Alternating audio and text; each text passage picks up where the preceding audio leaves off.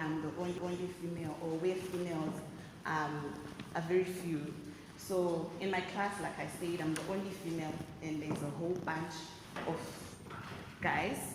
And it's always been a challenge to say, well, maybe because she's the only female in this class, she's most likely to fail. But then that's not the case, because I always come up top of my class. I was a former employee at ZUPCO. So that's quite an experience that I'm going to be sharing with you. I'm sure we all know ZUPCO. We've all boarded the ZUPCO bus or combi, right? Right. So when you look at me, what do you think I used to do at ZUPCO? Someone? Yes? Yes. Look at me. Properly. I was a ZUPCO conductor. So I was not even sliding the doors of combis. No. I was with the buses. You see those stuffs, those big buses, those ones, out Dalalawan. That's where I used to be fighting with those doors, trying to close them. Sometimes they'll just open up on me, but then the job. They'll just say, you're the one who said, you came for the interview, you said you were able to do the job. You said you can work under pressure. You said you can do anything that men can do, right? So I'm like, okay, well, then I find myself there. I'll give you a bit of background of how I found myself at ZUPCO. So it's COVID-19, it's lockdown, heavy lockdown period.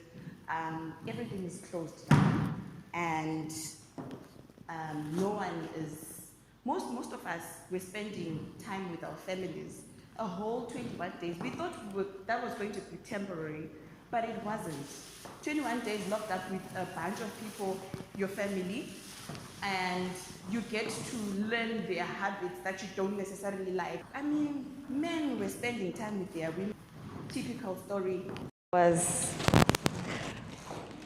I was staying with a family with 11, and only 2 people were essential workers. That's my mom and my brother. So it means you can already start imagining the size of the pot that we used to cook that in. It's 11 of us. It's COVID. That includes my nieces and my nephews. So we are all there spending time together all this time. You get so often. So, food started moving fast. My mother got, and she's like, oh no, why don't you try? Why don't you go and join other children? I'm like, you look at me, as a conductor. No, it didn't sit well with me. So I'm very stubborn. It had to take her convincing someone to talk to me, to say, just shed light. She might do it. Since your child is already at ZUPCO, just tell her she's going to be a minimum of 2,000 RTGS. At that time it was okay, good enough for a young person who wants data, a girl who wants to buy their pads, and all these other things. I needed to look nice even if it was the lockdown period. So I ended up dropping my CV because of pressure. I didn't like it though. I dropped my CV at ZUPCO, and guess what? The most hilarious thing is my CV or application letter did not have an address. So I was not serious to that extent. I didn't write the address of who I was addressing it to. I didn't even write the position of which I was applying to. So yeah, to me, HR was just to figure out which job they give me, even figure out if I'm serious enough to interview. Right, so I went, time moved. After the time, I made a text message. The text message at 11 p.m. I'm like, wait, you're calling me to an interview tomorrow at 9, and the message is coming at 11 p.m. Why don't these people sleep? Anyway, I woke up my mother, like, so I'm supposed to be going for an interview, and it's at ZUPCO. She's like, oh, okay, that's good. I mean, she was happy. So I took my time, I went there. Well, fast forward, I got the job. So, when I went there, I thought maybe they were going to make me an inspector. I thought maybe I would spend the time, moving around, stopping buses and combis at bus stops, asking Abadala for tickets. But then that was not the case. They said, you're going to be a conductor. And I'm like, okay, it's fine. I'm in. But then each and every day, I was documenting a story and I was telling it to my mother to make sure that she was convinced that ZUPCO was not my place. I would make sure that, I think within the social and economic justice ambassador was already leaving. So each and every day, I would see things that people would brush off, treatment towards, and I would speak against it. But then those guys, when you apply, they say they want levels, right? On the plate, they take 3 even. They say that people who have mathematics and have 5 O levels plus are too smart. Well, I had more. I had also written that I was a biological technologist and all these other things. But then, luckily, I had intel, basically. Before joining or getting into the job, someone was telling me about what they went through each and every day. They were telling me about certain people. So when I would get there, what I basically did was attach names to what I've been told. So, I'll be told, so there is this supervisor. This supervisor is problematic, He'll ask you for this and that, but then if you don't do it, you'll find yourself going for hearing or at worst losing your job. So I'm like, wait, what? Okay. So I was attaching, if it was Lawrence and if it was someone else, it's obvious. I would get them like, so this is the Lawrence. So I would keep my distance, but I'll also observe at how they were treating other women. Right, so time went, and I started feeling the perks of being a conductor, but at worst, a female conductor. When you see them, actually, let me take it to the floor. When you see female conductors, what exactly comes to your mind? What are the questions that you have asked yourself about their job, when they're carrying out their job, when you're boarding a bus or when you're boarding a combi? What are the questions that come to your head and you've failed to get answers to? Anyone? Yes. Safety? Yes. Every day, right? There was a hand this side.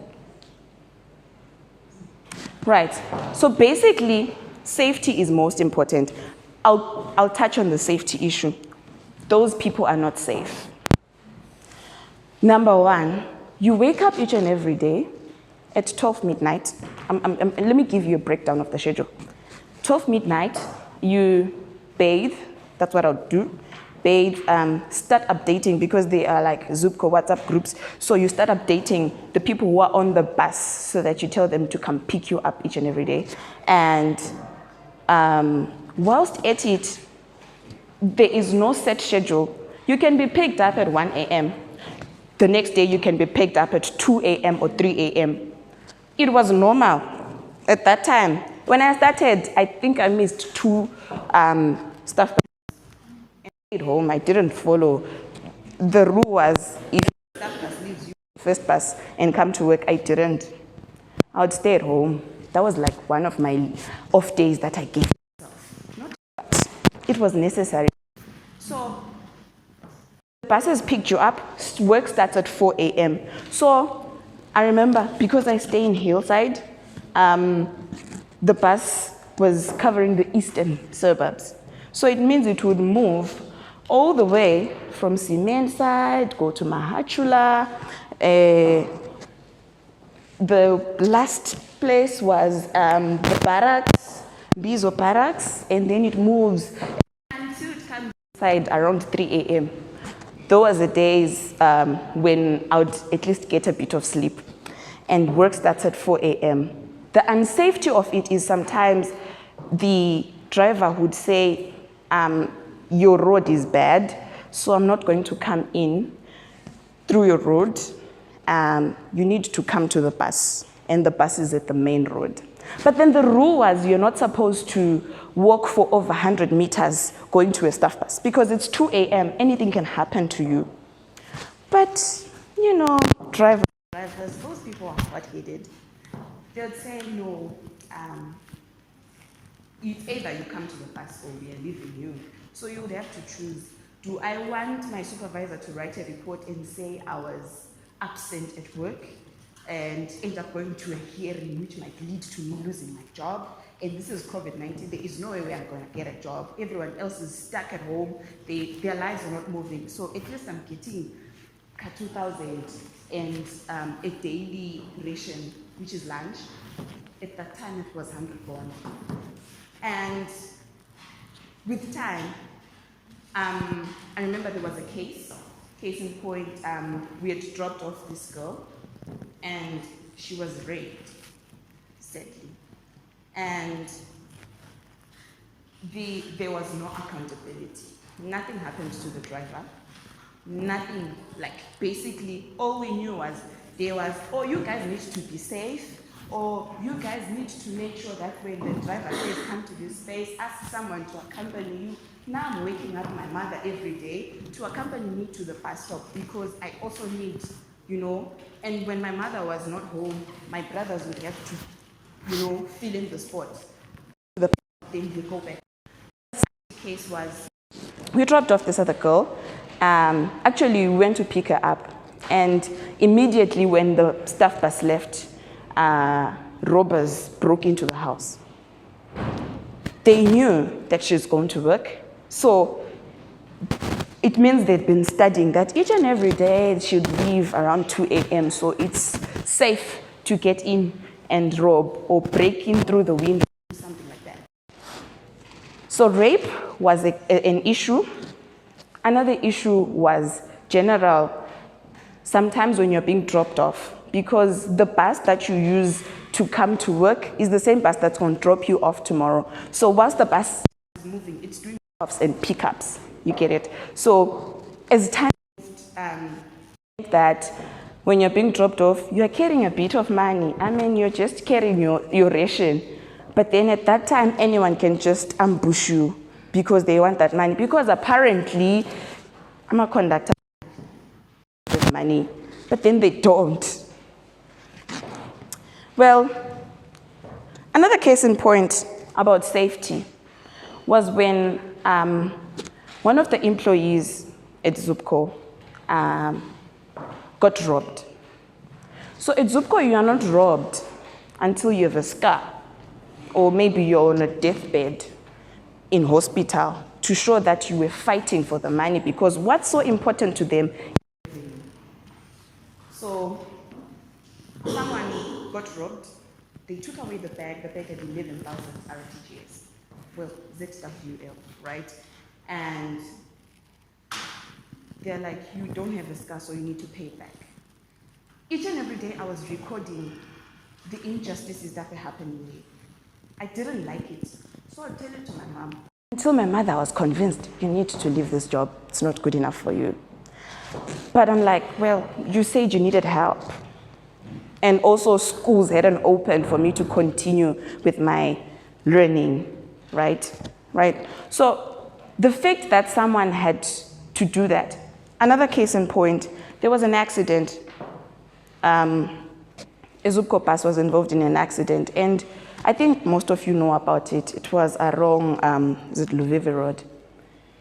When those people from ZUPCO came to the spot, what they asked was, where is the rev? Where is the conductor? Are they safe? Where is the driver? But then they don't really care about drivers, those ones, because most of those drivers are not employed under ZUPCO. So I saw that they didn't really care. There was no security. And by the way, those people change employees like pairs of socks. They hire and fire every day. If you keep your job for over 3 months, you've made it in life. They say you are now a senior conductor. But then it was not nice, because I would see that there are other women who had more needs than I did that were there at ZUPCO. And they needed that money so much.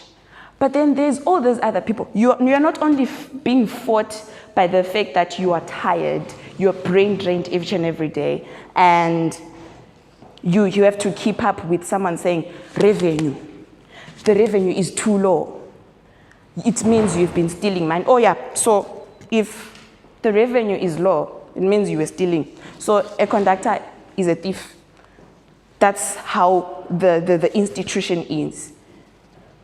So the moment you come in and they find out that you did not close the ticket on the way bill, they say, so you were trying to steal. Yet sometimes you're so tired. I mean, those people deal with a lot of things. You come in as a passenger. You have your stress from home. You take it upon them. They have to deal with that. They have to say the customer is always right. But then I've seen others having to retaliate. And then, but then that was them. Most of the times, I think most passengers used to see me as this baby. They're like, oh my God, when I'm done in Zanlap. So there was pity when they would see me. Oh yeah, right now I'm well built. I was so tiny that back then, if anyone from ZUPCO was to see me right now, they can't recognize me because now I'm clean and I'm all, But then, with time, I noticed that there was so much that was happening. Injustices every day. When we were getting trained, they told us that, you know what, if you get any sexual harassment case, you need to report it immediately. We're going to deal with it. I'm not even sure about how tight those restrictions are, because each and every day I would witness girls. Because, oh yeah, so if you see a girl, right, or a lady in a bus, and it's a nice one, just know that they are things that the supervisor wants from you. So for you to get a nice bus, one that won't just disappoint you on the way and, passengers start coming at you, it means the supervisor needs to have favors towards you. You get a nice bus because supervisor are good. So I remember when I got there, they're like, when I share, why do you always get these buses that are guys on you each and every day? I'm like, I like it because it means I'm not losing myself, first, but secondly, it means I get to rest. Because there was a lot of work that was happening. We would work for 16 to 24 hours a day. That was too much. Even if you're off the next day, you were dead sleep. I didn't have a social life. Now let's come to the most important, one of these critical issues that I faced, and that I saw that dealing with it as a female conductor was too much. Your menstrual health. You get to compromise a lot on it, because at the same time when they're saying, we need you to have 8 trips a day, and it's a bus, you're also thinking, oh my God, when am I going to get a toilet break?